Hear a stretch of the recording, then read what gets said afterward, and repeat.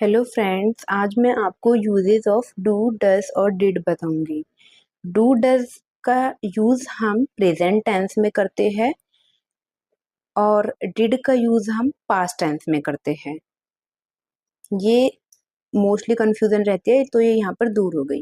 Next आता है do और डज में से प्रेजेंट टेंस में किसके साथ हम डू का यूज करेंगे और किसके साथ डज का। तो अगर आपका ही शी इट या सिंगुलर है तो हम डज का, otherwise I we you they या कोई प्लूरल है तो हम डू का यूज करेंगे।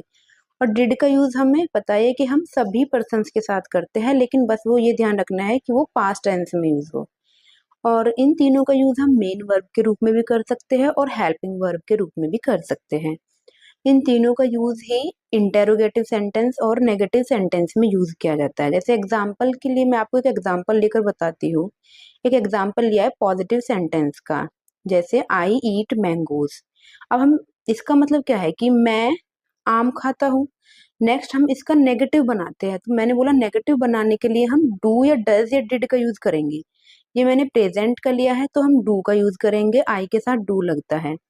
नेक्स्ट शी लिया है तो शी के साथ she does not eat mango, इसका मतलब है वह आम नहीं खाती है। नेक्स्ट लिया है मैंने कोमल डज नॉट गो देयर, क्योंकि कोमल एक सिंगुलर एंटिटी है और उसके साथ डज लगता है। अब इंटेरोगेटिव में बनाते हैं हम इन्हीं सेंटेंसेस का। तो इंटेरोगेटिव बनाने के लिए हम डू डज या डिड को आगे रखते हैं। तो हम यहाँ पे बनाते हैं डू यू ईट मैंगोज, क्या आप आम खाते हो। तो ये एक क्वेश्चन मार्क वाला मतलब इंटेरोगेटिव सेंटेंस बन गया। Next does she eat mangoes, क्या वह आम खाती है, इसका ये बन जाएगा।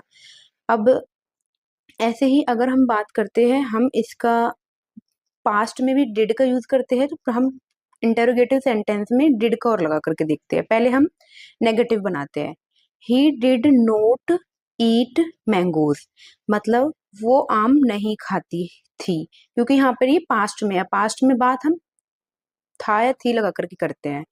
नेक्स्ट है डिड यू गो देयर, क्या आप वहां जाते थे, क्योंकि यहाँ पर डिड है और क्वेश्चन मार्क है, क्योंकि डिड यहाँ पर आ गया है। इनके अलावा इनका यूज हम किसी बात पर जोर डालने के लिए भी करते हैं। जैसे सिंपल लिखा है ही गोज देयर, तो उस पर अगर हम जोर डाल के कहते हैं ही डू गो देयर।